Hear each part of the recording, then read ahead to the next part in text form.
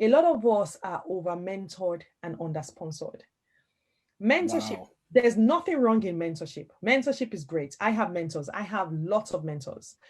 But there is a difference between having a mentor, having somebody sponsor you.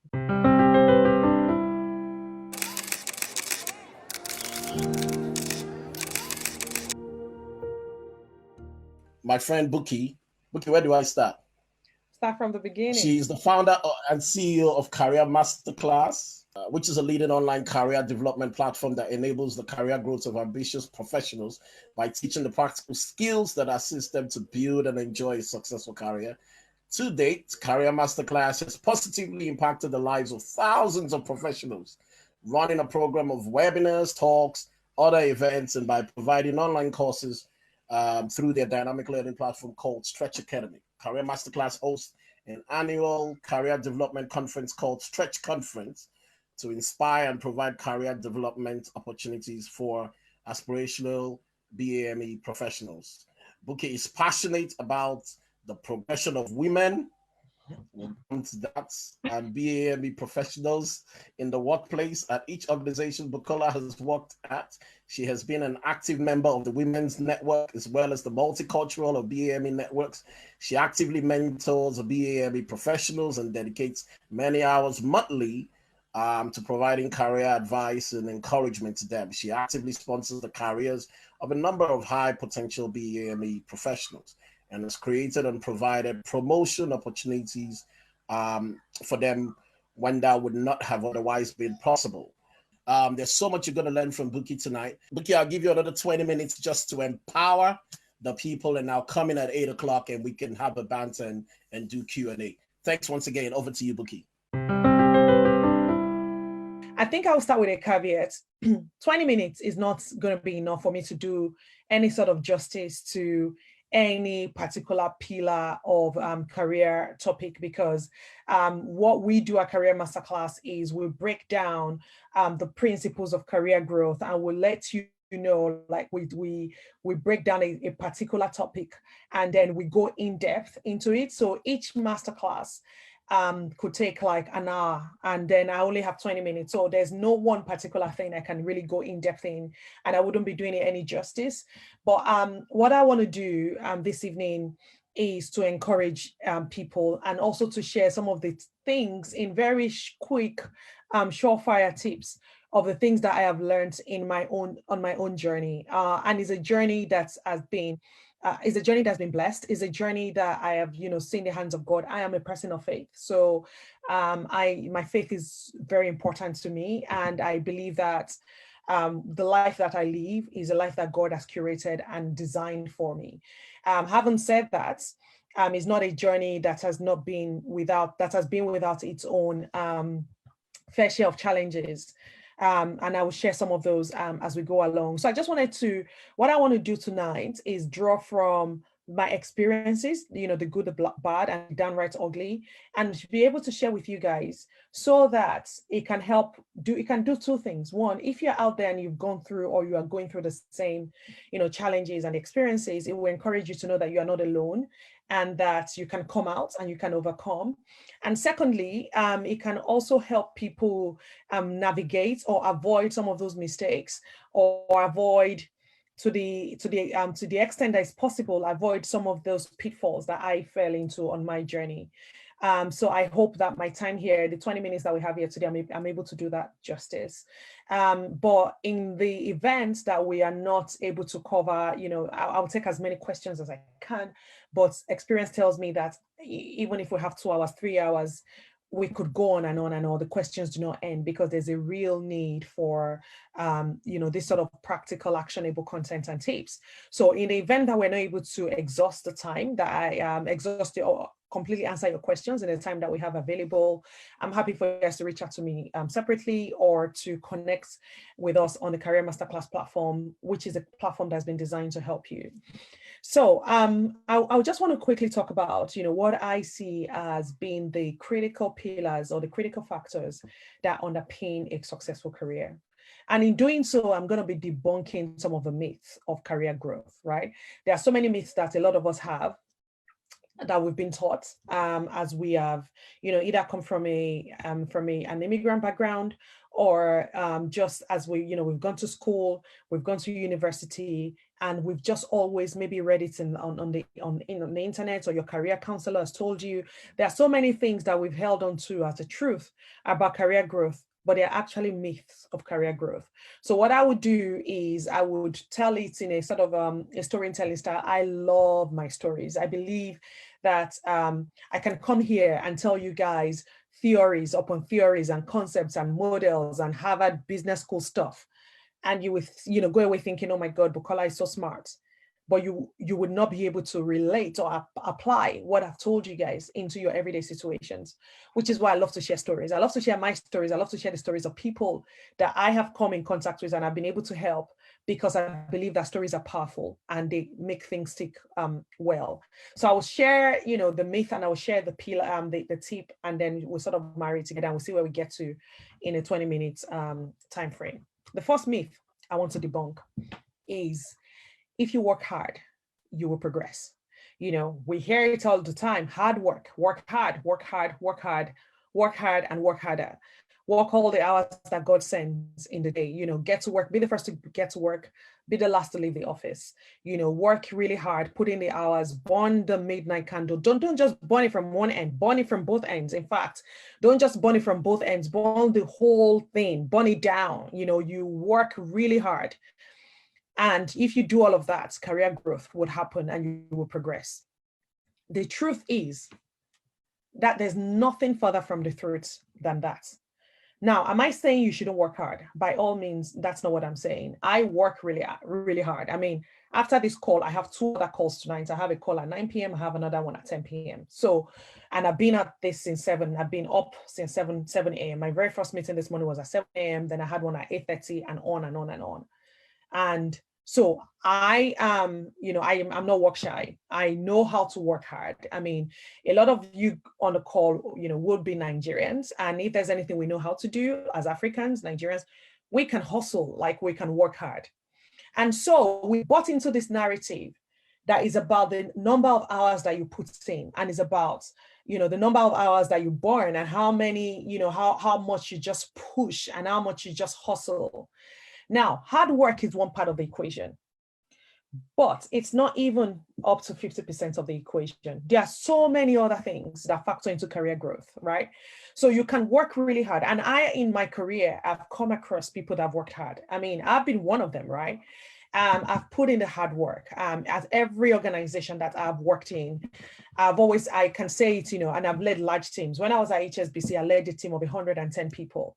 And I would say confidently to my husband, like, I'll be hard pressed to see anyone on my team that can outwork me. I am a workhorse. I can work hard. I mean, you can, some of you on this call would know me, and Aaron can testify. He knows he knows us very well as a family. I know how to work hard. It's something, is a value that's been instilled into me from, when I was growing up. I grew up in Nigeria, in Ibadan. My father was from a very academic family. So hard work is what I know, right? So I have worked hard in my career. But when I've worked hard, and when I've made working hard the only strategy to my career growth, I have been sorely disappointed. Because when you're head down and you're working hard and you're just doing your work, you are not seeing everything else. You're not taking into consideration your environment and everything else that you need to be watching out for. You're not building relationships. You're not forming networks. You are not understanding the power plays. You are not understanding the political landscape. You are not negotiating. You are not working out what's the power play, what's the power structure within the organization. You are not making yourself visible. You are not making yourself a person of influence, because you believe that your hard work alone will speak for you. And that is so not true. And that is when, I counsel and I mentor a lot of people, and I give a lot of career advice. And I've come across people who have, the first thing they say to me is, Bukola, I work really hard. I work all the hours God sends. And I've been here for 5 years or 6 years, 7 years, 10 years, or even more. And I've put in the hours, but I'm not getting promoted. I'm not getting picked for the project. I'm not getting sponsored. And the reason why, and I say, and they say it's not fair. And I say, yes, I know. But unfortunately, nobody ever said it was fair.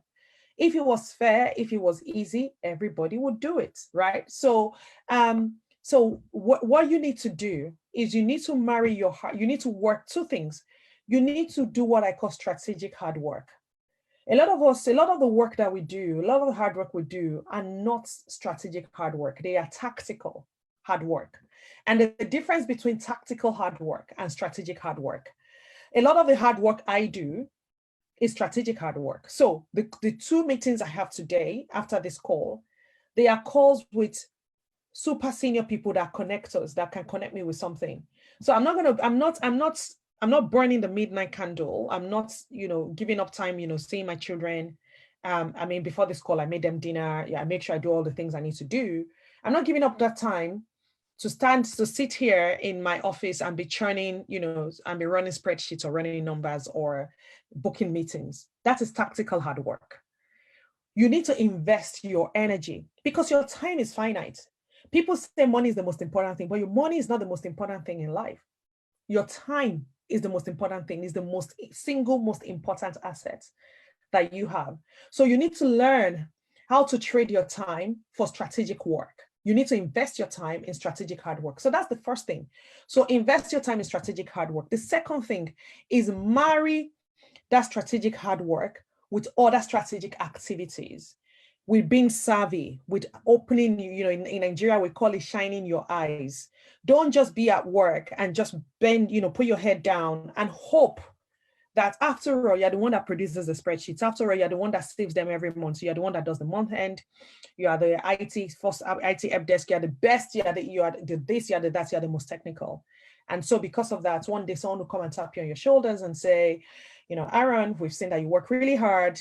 Here is your promotion and your pay rise, and live happily ever after. It doesn't work that way, because you need to marry strategic hard work with other strategic activities. And what are the other strategic activities? And I've given examples of some of them.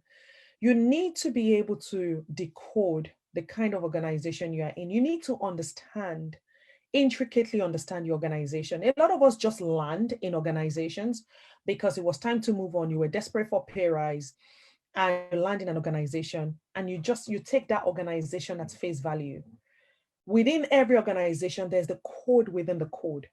You don't take that organization, even your team, you don't take it at face value. You need to understand, and you need to be able to unlock the code within the organization.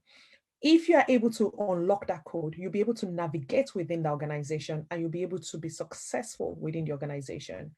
And that is how you avoid being stuck. Because I see so many people that have been stuck for like 10, 15 years, same level, same organization. And I ask, what's the matter? And we've talked once or twice, what really jumps out at me is that they do not understand the organization that they work in. They don't understand the rhythm, the heartbeats, the culture, the DNA, the code of that organization. You need to be able to crack it. So the first myth that I want to debunk is the myth of hard work takes all, right? Like if you work hard and you work harder and you work triple hard and you burn the candle, that you will progress. It doesn't work. It doesn't quite work that way. That's not to say you don't work hard. It's to say you work hard on strategic matters, not tactical hard work, strategic hard work.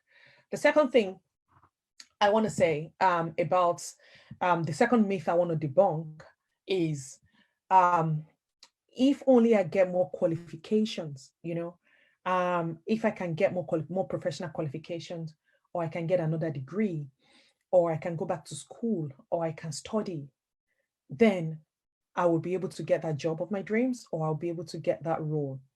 Now, I understand that there's some people that are joining from outside of the UK or outside of Europe or whatever, So this, so take this on a sort of a case-by-case basis. But I can speak for where I am and in the regions I've worked, and I've managed global teams, and this same thing applies.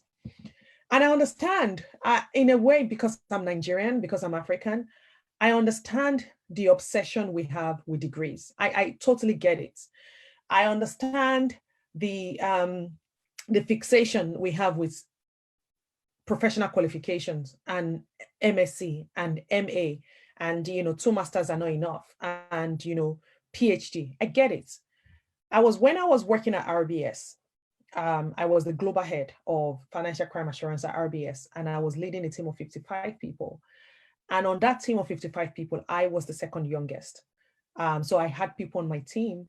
At that time, I was sort of barely just a few years into my 30s. And I had people on my team that were, 50 in their 50s and all that. And I can recall this day because my office then was in Liverpool Street. So for those of you that live in UK in London, you know Liverpool Street. And you know that most offices, when you walk in, you have like security guys, that stand outside. Depending on the organization, you are in, most of the security tend to be either Black or Asian guys or Black guys. And so at RBS, a lot of the security guards were African, so Black.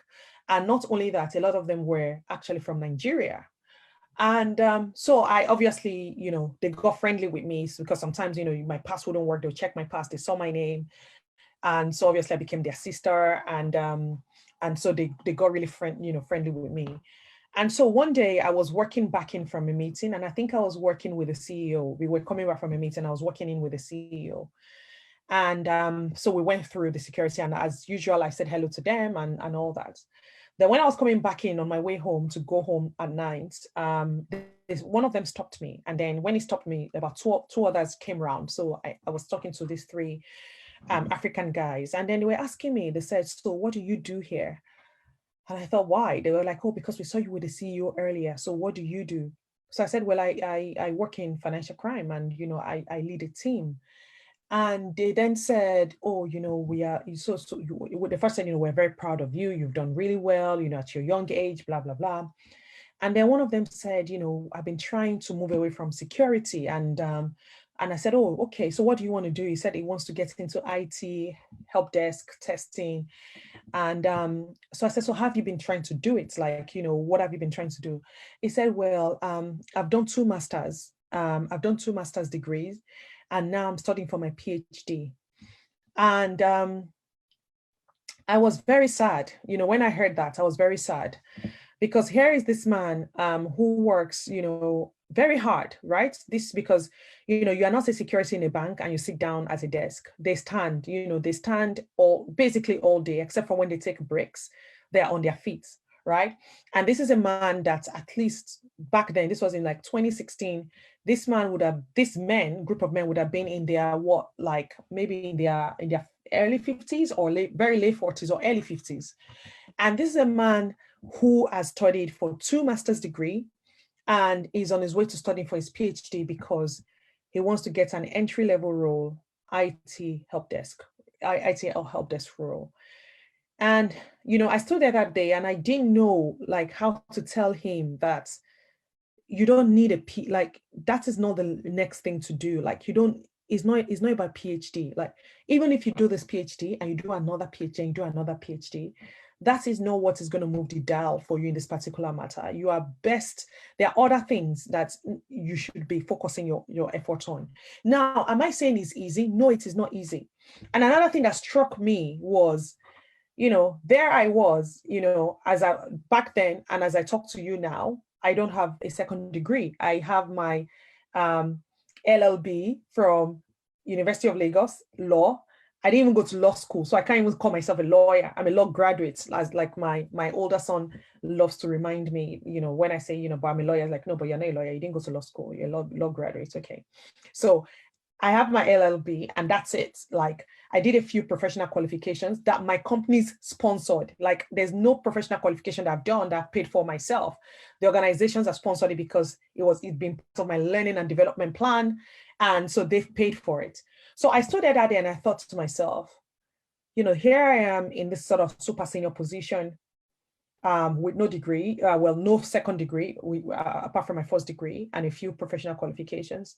And I'm talking to this man who, frankly, I had the utmost respect for because he had children in university, and he has 2 master's degree, he has a PhD, he's studying for a PhD, all to get into an entry-level job. But the point I'm trying to make is, and the reason why I tell this story is to let you know that it is not about, most times, and especially in the UK, in other parts of the world, that may be it may be that you need some degree, sort of second degree, but even in most economies, in most places, at some point you will need to get the experience. You will need to get the experience, use your degree, and actually do the work, right? And I've spoken to a lot of people where they've had a hard time. They've had a hard time in navigating, in getting promotions, or in breaking through, or in making career transitions.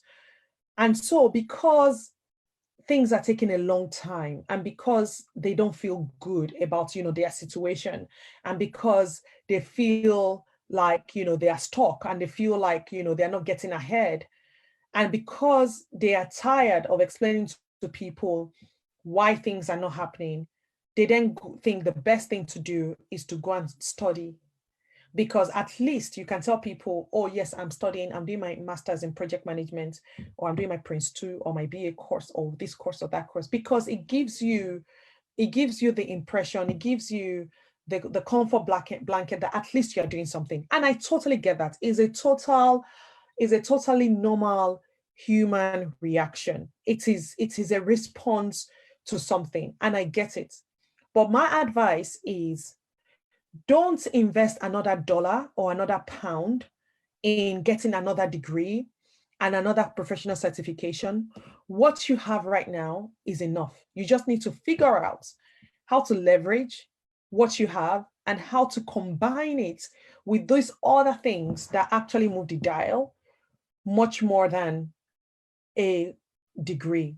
I have worked, when I was at I won't mention the name of the bank, but one of the banks I worked for, my boss, who was managing 4,000 people, only had GCSEs. He didn't even go to university, right? Yeah, and he was my boss. And I also managed people that had 2 degrees or 3 degrees, but our ultimate boss, who managed 4,000 of us, did not go to university. What he had was experience. So prioritize experience, and don't automatically think the answer to progression is yet another degree. It doesn't work that way. So that's the second myth that I want to debunk. The third myth that I want to debunk is the myth of it should be easy. Like if I do X, Y, Z, it should be easy. It should be easy to progress. Like, I am talent, and I am I have all these degrees, or I work really hard. And so because of all of these things, it should be easy.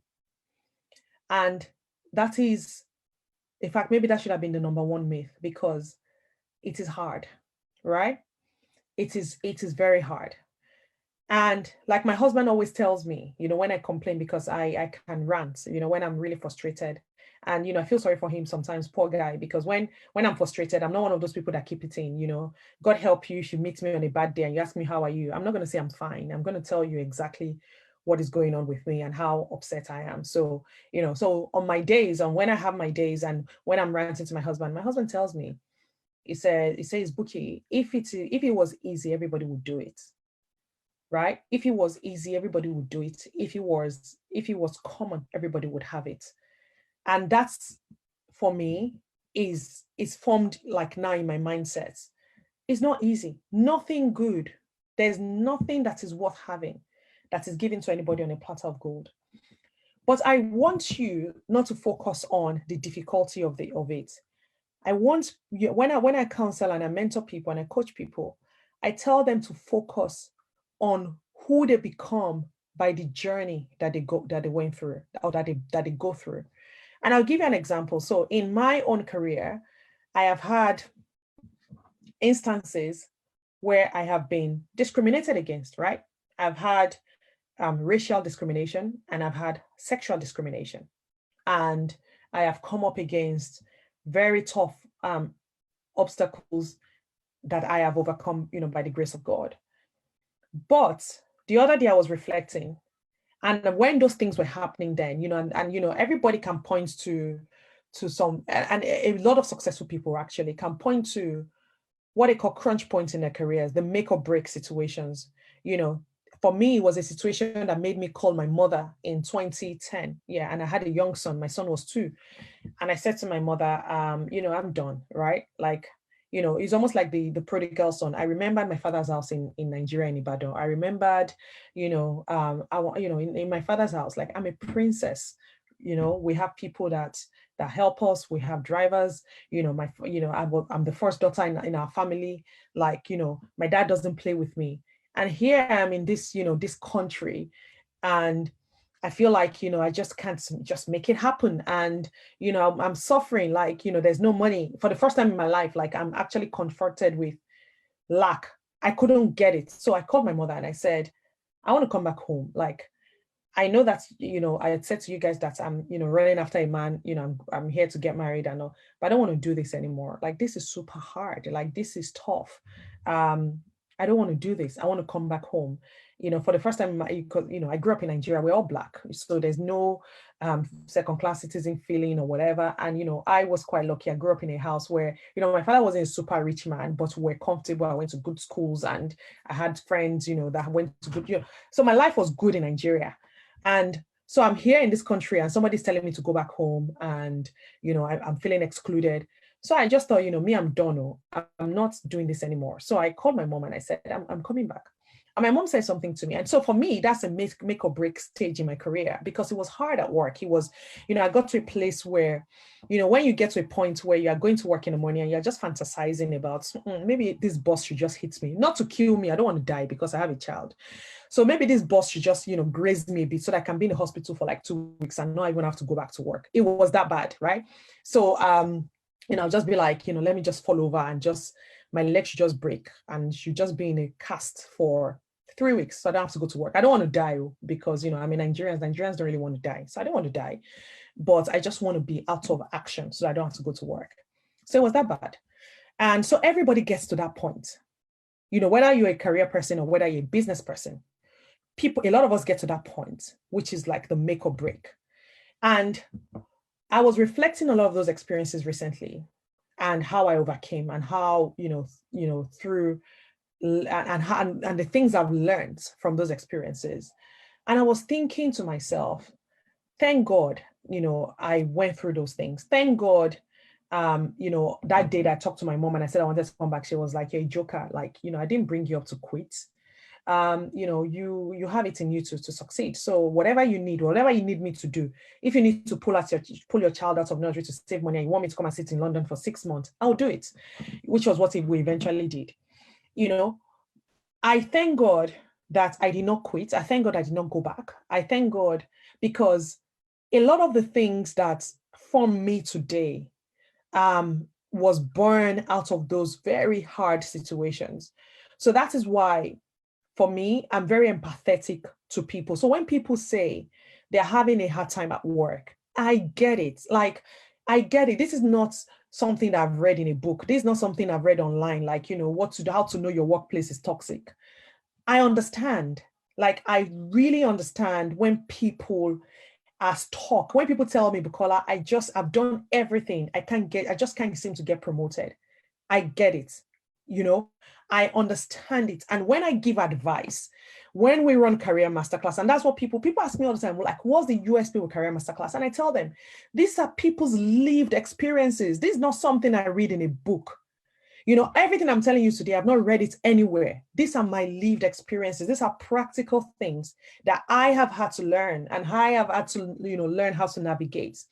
So I thank God because all of those experiences, as hard as they were, they formed me into the person I am today.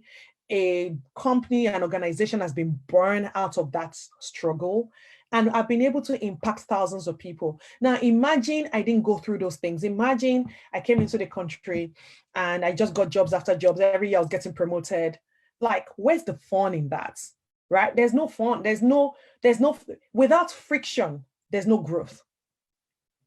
Without friction, there's no growth. Like, even look at the process by which a larva turns into a butterfly. It's a process, and it's a painful process.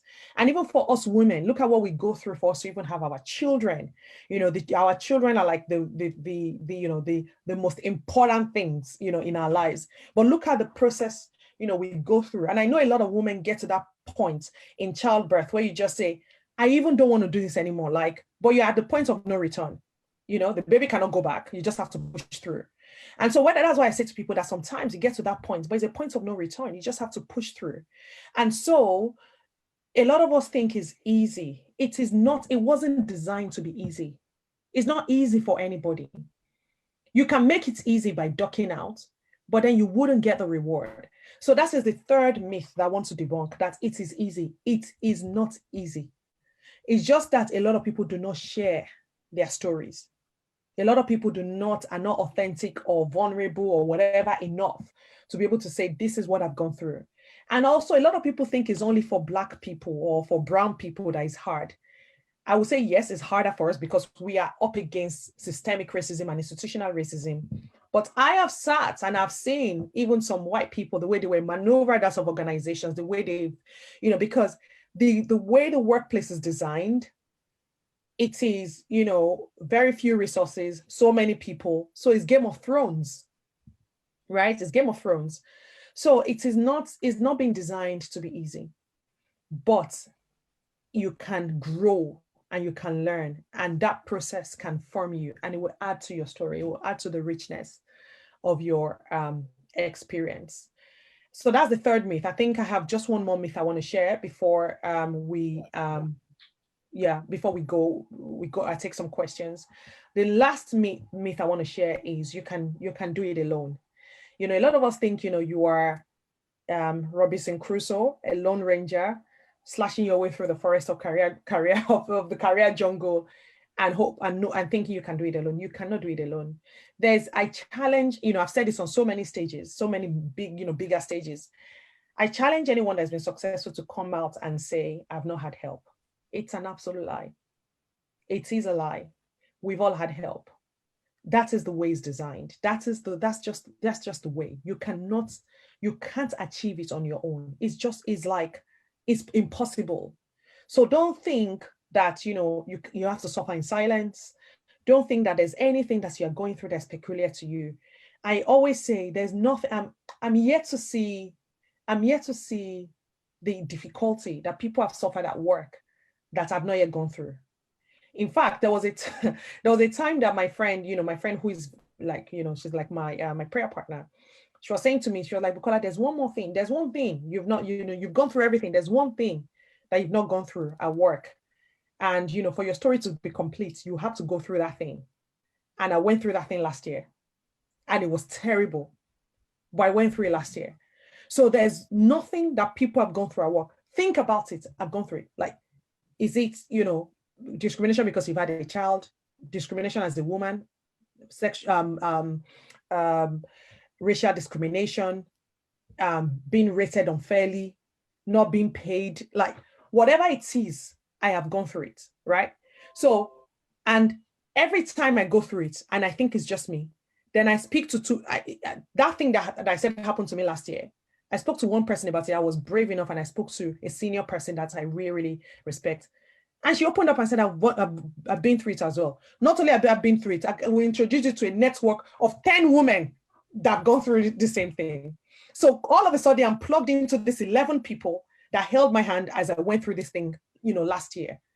So I say that to say to you that there's nothing. So you might be there thinking, you are there in shame, you are feeling ashamed, you are feeling discouraged. Nobody has ever gone through it. It's a lie. Like, you are not that special. There's no situation that is special. Like, there's somebody somewhere that's gone through it and that has the solution, that's overcome it. So that's a myth to think that you are the only, you don't need anybody. You need people. You need coaches, you need mentors, you need sponsors, you need peers, you need friends, you need people that can hold your hand, that can advise you. So I'll just end on this note. But is career growth possible? Yes. Is it possible as a person of color or as an immigrant in this society? Very. Can you do it? Yes, you can do it. You just need to figure out a way, and there is a way, there's a roadmap, and we can help you navigate through it. And in closing, I just want to say that to anybody out there, especially to people that are living in the UK or in the US or in Western countries, and you are Black, you have a very, you are living in the best days of your life. Forget the coronavirus, forget all those things. If you are talent in this day and age, especially if you're a Black woman, your time has come, right? So don't sleep on it. You need to make yourself visible. You need to position yourself, because opportunities are being created right now for people like you. So people like you and I are needed, and our time has come. So don't let this season pass you by without you getting something from it. I was talking to a very good friend. He's Black as well. He's very senior in one of the consulting firms. I was talking to him last week, and he said, I'm telling every Black person, like I'm a town crier, telling every Black person, especially people in corporate, that this BLM thing should give all of us a bump to get to the next level. That any Black person that does not leverage this thing to get a bump, whatever that next level is, like you are sleeping on it, right? But so that's hilarious. That is his own dramatic spin on it. But the truth of the matter is, we are living in one of the best times. You may not believe it because, the world is crazy right now. But, something I've learned from Aaron is opportunities always exist in adversity. Open your eyes, they are out there. Thank you. You were promoted 3 times in 18 months. Either I heard you or said it. How does that happen? Is there this, I'm your friend though, is there this big fat envelope somewhere that you are tipping people with, or just so that people can learn? How does that happen? No. So this is what I was sort of alluding to. So this happened at RBS, where I was promoted 3 times in 18 months. People left the organization, and I just kept moving. I kept moving up. And actually, one of those moves, I remember saying to my new boss, who was the one who promoted me, and I said, I actually really don't think I'm ready, because I've only been in the organization for 6 months. So I've just joined, I've only been here for 6 months, and I don't think I can do this role. And he said, well, you'll figure it out. And, you figure it out. You have the raw talent, you have the potentials. And I think with a little bit of help, you can make a success of it. So I took that role, and 6 months after, someone else left, and he said to me, well, now it's time to expand your world again. And I'm like, I'm only just trying to, the role you originally recruited me for, I'm sort of doing that. Then I'm doing this other person's role where you promoted me into now, like you want me to. And he said, but you are talent, and you are on our sort of talent track, and we just want to fast track you. But the story the story there is, I remember that's when I said, you can't do it alone. This person was my sponsor. You need a sponsor in the organization. A lot of us are over mentored and under sponsored. Mentorship. Wow. There's nothing wrong in mentorship. Mentorship is great. I have mentors. I have lots of mentors. But there is a difference between having a mentor, having somebody sponsor you. I have people I mentor, and I have people I sponsor. If I mentor you, I will give you advice. And because I do everything well, I would give you good advice and all that. But the people I sponsor, I am personally invested in them. I don't just give them advice. Because if I mentor you and you say, I want to move into digital project management, for instance, if there's anything called that, I'm just making it up. I can say, okay, that's good. Maybe what you want to do is maybe you want to take a few courses on Udemy, you want to read up, blah, blah, blah. I will mentor you, that will give you advice. If you're somebody I sponsor and you tell me, I want to get into digital project management, the first thing I go on my LinkedIn. Who do I know that is in digital project management or that can help you get there? And I connect you. So if I sponsor you, I'm opening doors for you. If I mentor you, I'm advising you. So you can see the difference between those two things. So a lot of us are over-mentored. So many people are giving you advice. Advice is great, but there comes a time where advice cannot do it. You just need somebody to just open the door for you, connect you with somebody, put their selves on the line for you. And that is what a mentor will do for you. That's what a sponsor will do for you rather than a mentor. And so this guy was my mentor. This guy was my sponsor. And he just kept giving me the opportunities, and he kept promoting me until today. Actually, we're still in touch. And even after he had left, he went to another bank, and then he called me and said, I'm looking for somebody, but the role, because by then I was already an MD, and he said, it's a director role, and I know it's junior for you. Do you know somebody?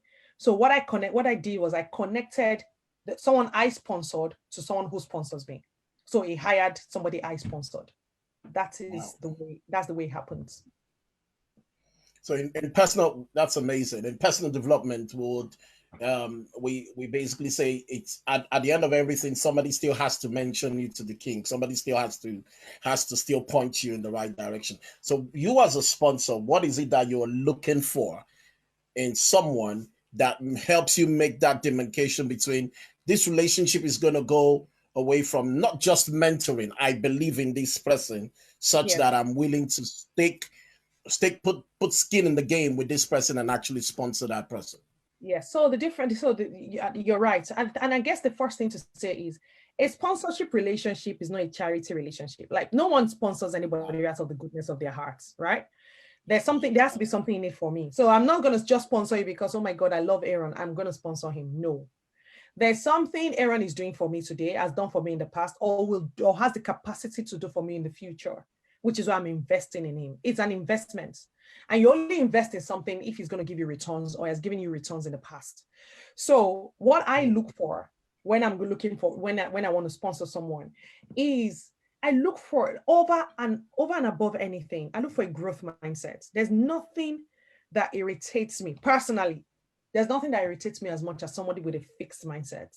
Someone that just thinks, this, I can't do this. I hate the word I can't. I mean, my team would tell you, like, I can't abide it. Like, when you just, or you just think, I can't, you're not going to use your brain, and you're just going to dump and run on me. Like, that's a no-no. So for me, I look for people with a growth mindset, people that are people that are learning focused, people that are open to learning, open to criticism, open to growth.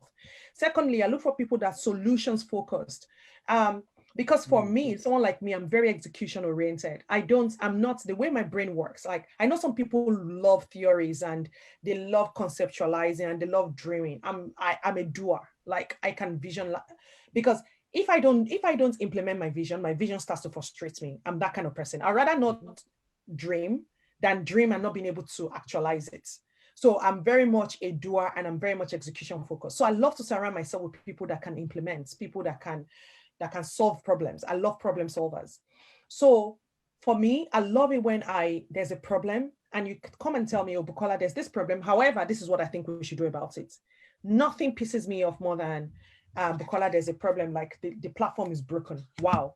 That's the case of a dead cat on the table. Like, what am I going to do about that? Like, we're going to admire the problem. You need to be a problem solver. So I think it's for, you have a growth mindset, you are a problem solver, and also you are committed to helping other people. I love generous people. I've made the mistake of actually sponsoring someone before that did not pay forward. And that is something I regret till today, because I believe that a rising tide lifts all boats. If I help you, you have to help someone, you have to pay forward. So I hate when other people close the doors. And there are too many of those people within our community where, you're a taker, you're not a giver. So I don't like people that don't have a generous mindset. So those are sort of the three things I look for. You are committed to growth, you're a problem solver, and you are generous with your own time. I believe that anybody that's been helped has a responsibility to help other people. Good stuff. You should go and write a book. You should go write a book. So that question, let me ask it in two ways. So because I know you, I know you as a giver, giving downwards. Okay, so you as the Bukola that you are, how have you come to that place where somebody above decides, I want to sponsor Buki? Right. Okay. So anywhere I have worked, and this is again something that we don't do as well, and the group of people that I know that do this the best is white men and Asian men. they do this thing very well. You have to be likable. You just have to, right? Aaron, you are in the business. You know that people only hire people or they buy from people that they know, like, and trust. You have to build that know, like, and trust factor. Likability, you just have to be likable, right? So I have been able over time, over the years, to cultivate the skills of interpersonal relationships. I've been able to, I'm not uptight. I can have a conversation with anybody. And so I typically make my bosses my friends. And not friends like, we go out and we drink, because I don't do that, right? But I make myself indispensable by being a problem solver. I make myself indispensable by being reliable. If you give me something, or if there's a problem and you ask me to solve it, I will solve it. I will solve it in advance of the time and below budget. I would always under promise, but I will over deliver every single time. That is what I do. So that is how I have been able to get, to position myself as a person that can be, that you can invest in, because I will deliver for you. And the second thing is, I've gotten to a point, and I learned this very early on, that you should always make your ask known. Like, you should make your intention known. Like, don't expect that somebody somewhere, we figure out that, oh, Bukola really does, Bukola should be promoted. Bukola should be put on that project. Bukola should, like, people are selfish. A lot of people think about themselves. So fortune favors the brave and the person that is brave to ask. So you need to be brave enough and courageous enough to make your ask, but is what underpins that. So for me, what underpins a place where I'm able to have the courage and the bravery and the access to even ask is all these other things I've talked about. Building the friendship, the likability, the interpersonal skills, being reliable, being someone who delivers, a solution provider, a problem solver. Once all the foundations of those things are in place, it's easier to make an ask. So those are the kind of things that I've done to be able to position myself as someone that can be sponsored. Nice. So how do you define Bukola Adisa? I know. Let me allow you to define then. How do you define Bukola Adisa? That's that's an interesting question. That's an interesting question. I think I would define myself as I think I'm someone that is incredibly blessed. I am blessed. Yeah. I know I'm blessed. My husband always says it, that I'm God's favorite child. I know I'm blessed, and I know God's hands are on me. So I am someone that I've enjoyed the lavish, undeserved love of the Father. I see God's hands in my life. I see Him in the lives of my family. So I'm a blessed, I'm a favorite. I enjoy God's favoritism. I know that. Secondly, I am absolutely obsessively passionate, and Aaron, you know that's like I am head over heels obsessed with my children and my husband. And if my husband is listening, we'll say yes, he's your children, not really your husband. But in case he's listening, he's my children and my husband. I do not take my role as a wife and a mother for granted. For me, that is God's my primary assignment is for me to be a custodian of these two boys, two amazing boys, and that God has given me, each one unique, each different in the things they can do, but both of them phenomenal in their own ways. And for me, I'm privileged to be their mother and privileged to be the wife to my husband. And lastly, I think I'm a change agent. I describe myself as a change agent.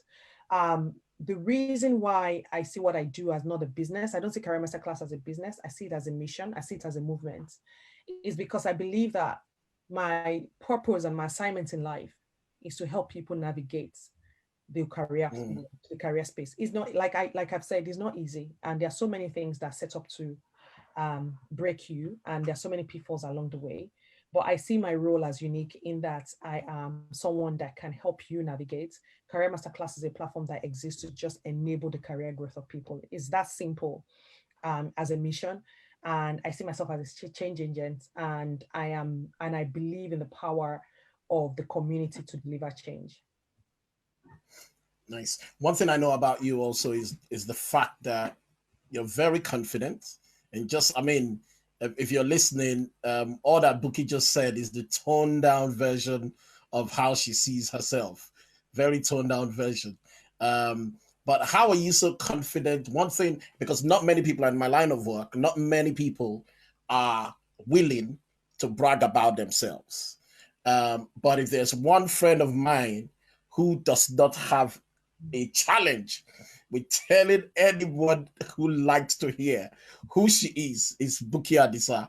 So how have you, what happens in your psyche? What happens in your mentality? How have you become that person who is extremely confident? You are extremely confident in who you are. It's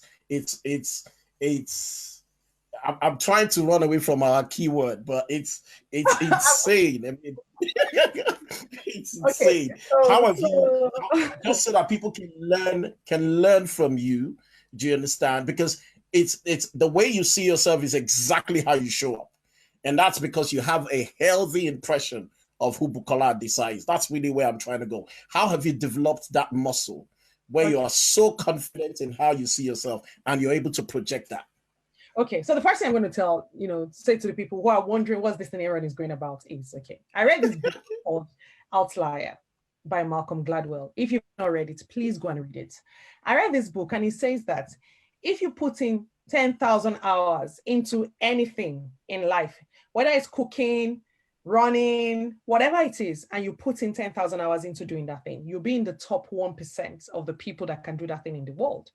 And so one day I said to my husband, I said, I've put in more than 10,000 hours into studying career growth and career management. So I'm in the top 1% of the top career management experts in the world. And I genuinely believe it. I believe that you'll be hard pressed to find anyone globally or locally that understand this thing the way I do. So that is it. Have you noticed that your tone has changed? Your tone has changed. that's what Aaron is alluding to. So that's that. But actually, in terms of the sense of self, I would trace it all the way back to my childhood and the way we grew up. Okay. I'm grateful to God for my background. So my dad is from Ibadan, my mom is from Edo State. So again, two different cultures living in the same house. My dad was Muslim, my mom is Christian. Two different faiths. But somehow we cohabited, and so very early on we were exposed to different things. We're exposed to my mom's family will come and visit us. My dad, my dad's family obviously is from a big family, so we lived in Ibadan. So I think what that does to the psyche of a child is it gives them agility and nimbleness, and it gives them the ability to be able to switch. So you are able to, I could interact with the Edo State people, I could interact with Muslims, Christians. We celebrated Ileya, we celebrated Christmas, Easter, everything we celebrated. So that gives you a certain agility and nimbleness. Apart from that, my dad had schooled in the US my dad schooled in the US in the 60s, or late 60s, early 70s. And that was at the height of the racial injustice and civil rights movements in the US. And my dad had seen how Black people were treated in the US. Now, for him, it was a shock because my dad comes from a very wealthy family in Ibadan. He was born into privilege. I mean, back then, his mom sent him to school, full fees paid in the US. So you can imagine the kind of, background that it's come from. He didn't go on a scholarship. He went, on a sort of like, his parents paid. So he said to us, and these were the things he told us when we were growing up. He said when he was living in the US and he saw all this, the way Black people were being treated, that he refused to be a victim. He refused to buy into that I'm less than, because I know I'm not less than. I know where I'm coming from. I know, I know where I was born into. So he refused to do that. And based on that, the minute he finished his schooling, he came back to Nigeria. But he then became determined to instill into his children this sense of self. because he was aware that we could land anywhere in the world, right? And even as I speak, I'm in the UK. My sister is in Jersey, Channel Islands in the UK. My brother is in America. My other brother is in Australia. So really, we have landed in the four corners of the earth. But he said it was so intentional about letting us have an identity of who we are, so that wherever we land, we will never feel less than. We will never feel like we are victims, or we'll never feel that there's anybody anywhere that is better than us. And it was hard learning that lesson as a child, because our house was the kind of house that, you know, I went to a very expensive, exclusive school in Ibadan. I went to ISI, International School in Ibadan. And if anybody knows ISI, you know, that was a school for the elites. So it was that the kind of school that's on the last day of school, you're not even seeing a lot of people, because they've all gone to their UK homes, like they've gone for summer. And we didn't used to travel. So I would say to my dad, you know, want to travel. Say, why do you want to travel? Because told me travel. He said, but you're not told me, you know, I'm not Tommy's dad. So it was things like that that reinforced into us, you know, that you are enough. Like what you have, your family, whatever we can afford to give you is enough. So much so that when the time came and I went to University of Lagos, my dad was initially a bit apprehensive, because he was like, oh, Unilag girls follow men for money. But my mom told him that, you know, but she knows the house she's come from. She will never do that, you know, and to the glory of God. And it never even crossed my mind. Like, if I'm hungry and I'm broke, like, I'll go home to Ibadan. Like, to follow a man for money, I just thought that was just like it never entered into my consciousness, because my parents had reinforced in us at a very young age who we were.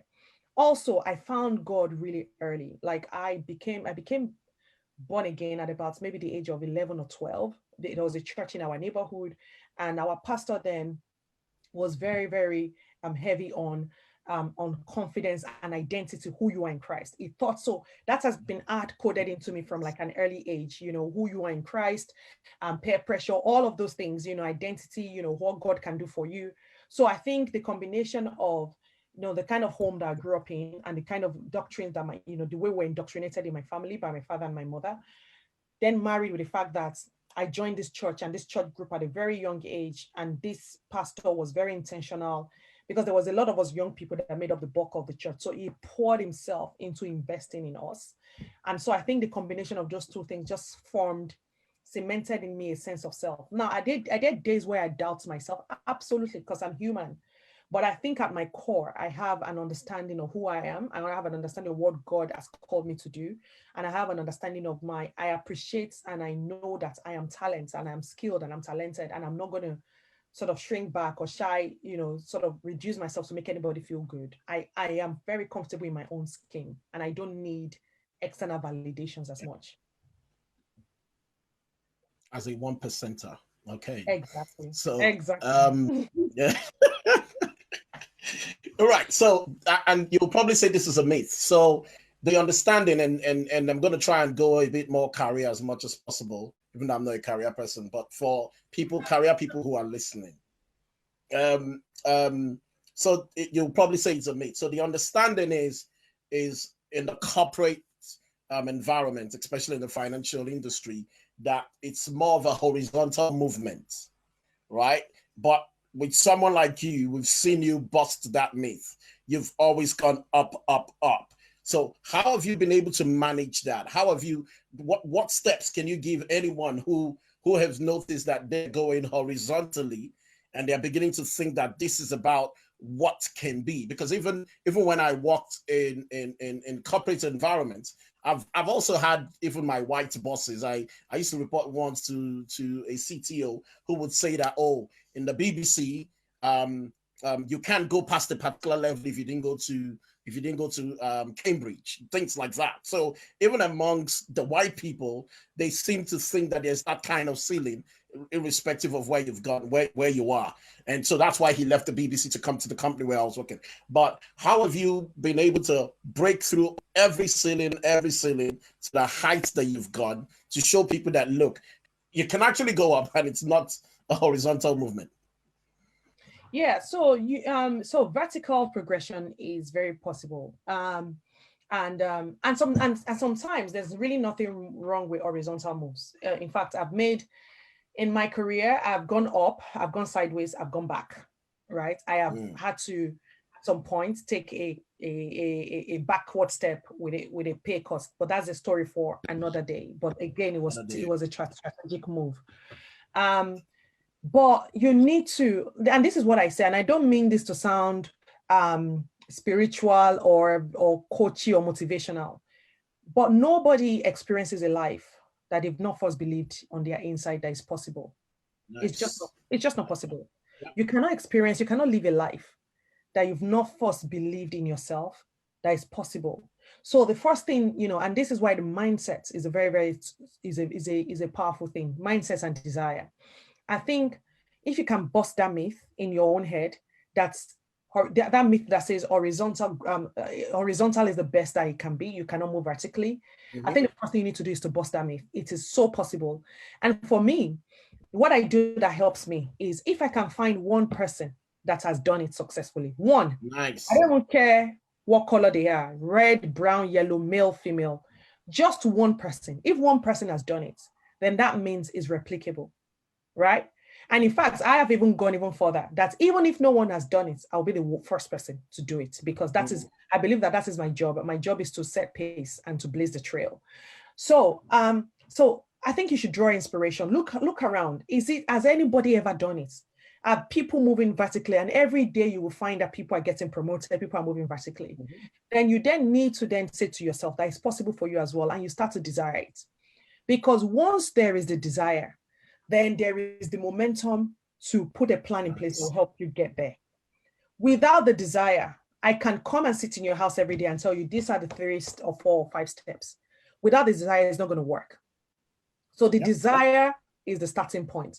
But for you to get that desire, you need to deal with your mindset. So it's mindset first, the desire sets in, then you put a plan in place. But what I see a lot of people do is, because they feel some sort of pressure, they then go and put a plan in place. Then they run from pillar to post, but there's no desire and there's no momentum to push through those plans. And so it does not work. So you first need to desire, like, okay, I want to actually, you know what, I want to be a program manager. I'm tired of being a PMO. Like, the people that are program managers, they don't have 2 heads. In fact, they're not even that clever. I can do it. And then once you know that you can, once that desire enters your heart and yes, I can do it, I can guarantee you would have momentum. You will be able to propel yourself. You'll be able to, all your plans. I'm not saying it would fall into place in 6 months or 3 months, but motivation will keep you going. It will keep you going. You will find it will help you maneuver.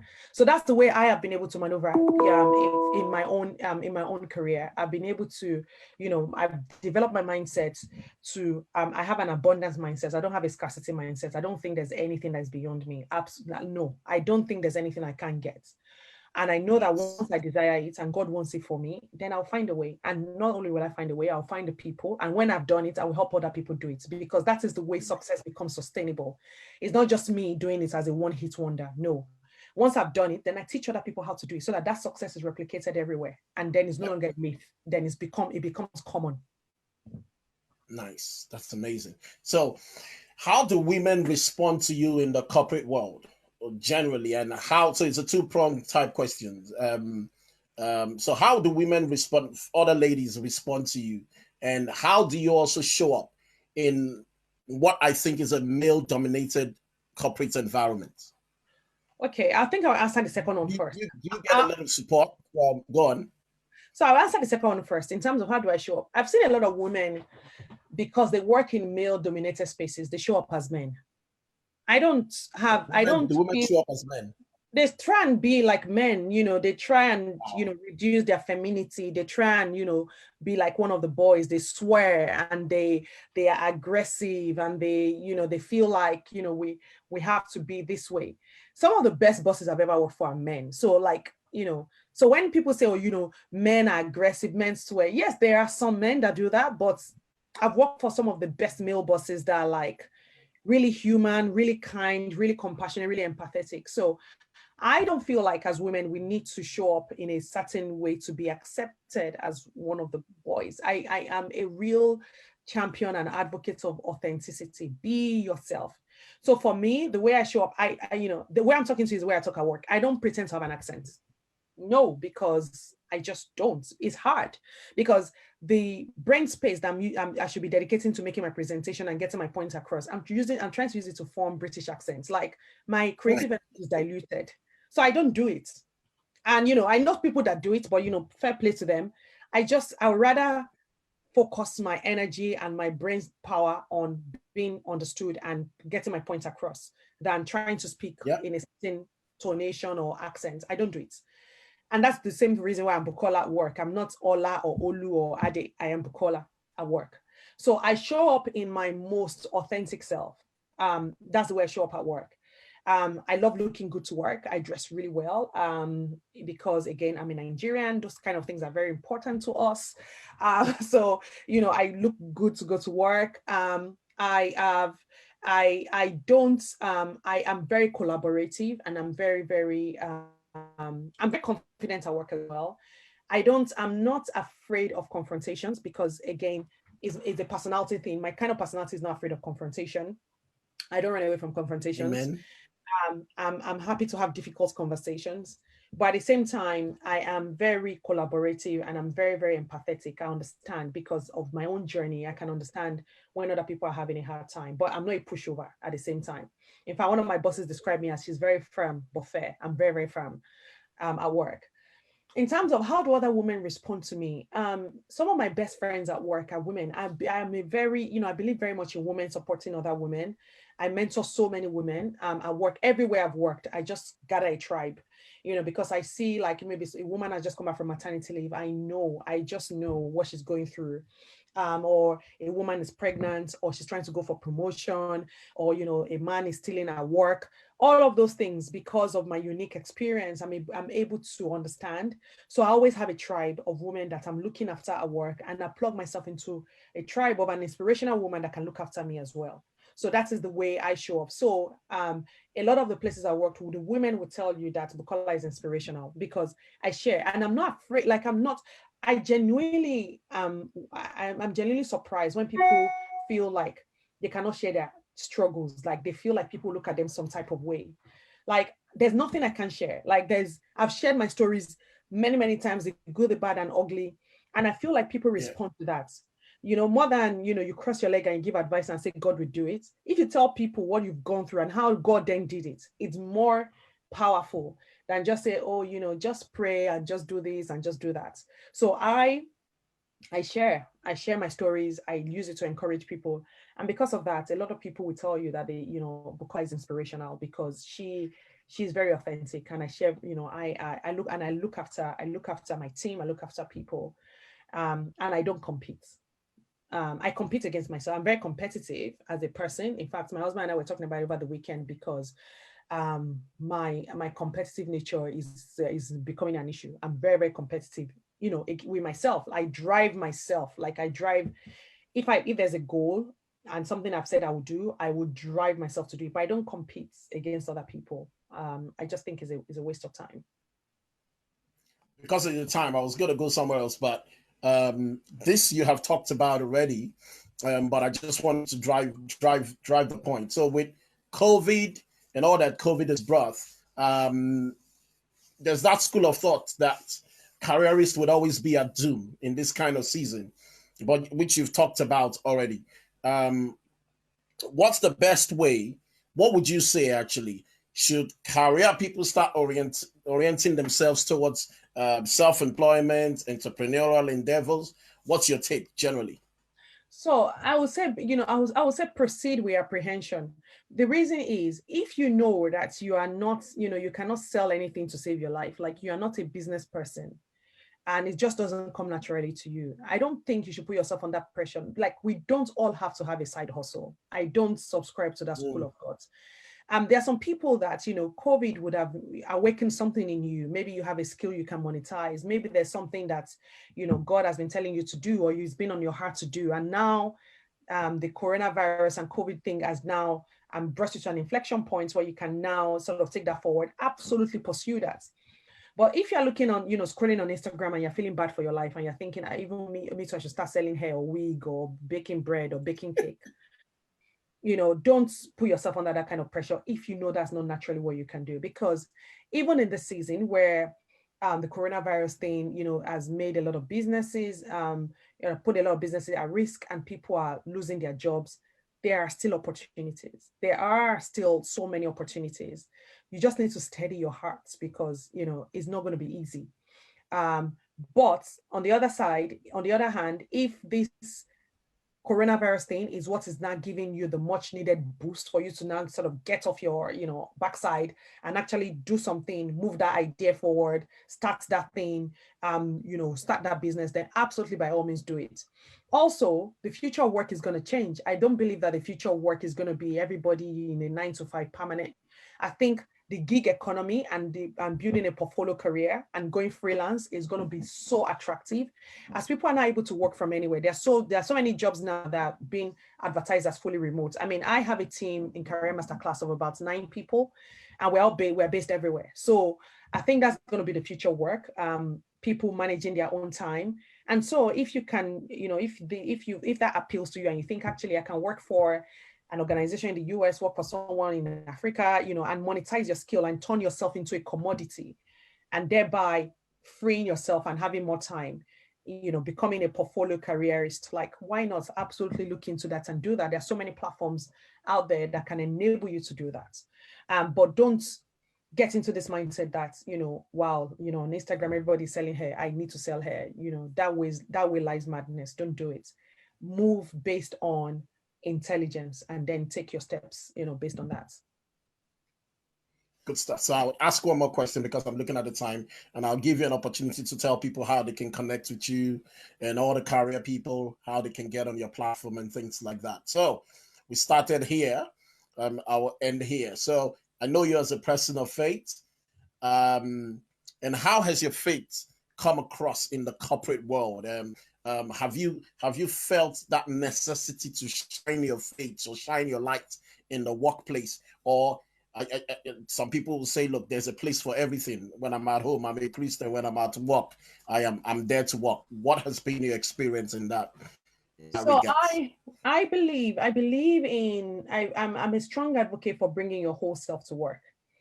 And your whole self means, and I know women at work that won't even say they have children. While I respect that, I can't, my children are an integral part of my life. My faith is an integral part of who I am. Now, I'm not going to go to work, put a Bible on my head and just go into every meeting and anoint all the chairs and all the desks. I'm not going to do all that sort of crazy stuff. But in conversation, I will say I went to church yesterday. I'm a person of faith. I'll say, my child did this, my child did that. I say it's like I'm a Christian, and I believe, and people respond well to that. I'm not here preaching to you and converting you and telling you you're going to hell, but I'm just telling you from my own perspective, how much my faith means to me. People can say, sometimes I'll give you an example. Sometimes, people are like, oh, Bukola, why are you always so positive? Because in my team and I are known, we laugh a lot. I laugh so much, so other people, my peers or some senior people I work with, be like, oh, Bukola, why are you always laughing? I would just be like, you know what, I'm a person of faith. And so I've just cultivated the habit of joy. Joy is, I choose to be happy. I choose to have joy. And they're like, oh, okay, great. All my bosses, everybody knows, Bukola is a Christian. I say it, my husband is a pastor. So I don't hide it. But I believe that the best way to shine your light is actually through what you do. So don't say you're a Christian and then be someone that will not help the other person, and then you throw people under the bus, or you don't come to work early, or you just engage in some sort of shady behavior. Then you may as well not just be a Christian. So it's not about what we say, it's about what we do. And it's interesting because there are some people that have come across me and they've said, are you a Christian? Without me even saying anything, because it shows in your actions and in your words and in your deeds. I have 4 more minutes. I need to run. Yep. Thank you so much. Thank you for being my 1% friend. Thank you. So where can people find you? So our website is careermasterclass.org, and you can have access to a lot of resources there. We also have an online learning platform called stretch-connect.com, and that's www.stretch-connect.com. You can sign up for a free membership, and there are some free resources on there as well. So you can also access it by the careermasterclass.org website /courses.